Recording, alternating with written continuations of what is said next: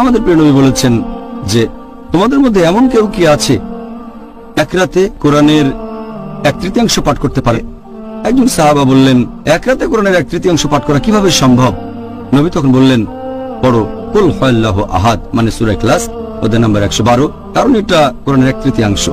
যদি আপনি পড়েন সূরা ইখলাস অধ্যায় নম্বর 112 আয়াত 1 থেকে 4, মাত্র 4টা আয়াত, এটা পড়লে ধরা হবে কোরআনের 1/3 পড়েছেন। আরো একটা হাদিস আছে মুসনাদ আহমেদে, খণ্ড নম্বর 3, পৃষ্ঠা নাম্বার 437। এই হাদিসটাকে সহিহ বলেছেন শেখ আলবানী তার সিলসিলা আল সাহিহাতে, হাদিস নাম্বার 589। আমাদের প্রিয় নবী মুহাম্মদ সাল্লাল্লাহু আলাইহি ওয়াসাল্লাম বলেছেন, যদি কেউ পাঠ করে সূরা ইখলাস 10 বার, সে নিজের জন্য বেহেশতে একটা ঘর নির্মাণ করলো। যদি কেউ পাঠ করে সূরা ইখলাস কুল হুয়াল্লাহু আহাদ 10 বার, তাহলে সে বেহেশতে একটা ঘর পাবে।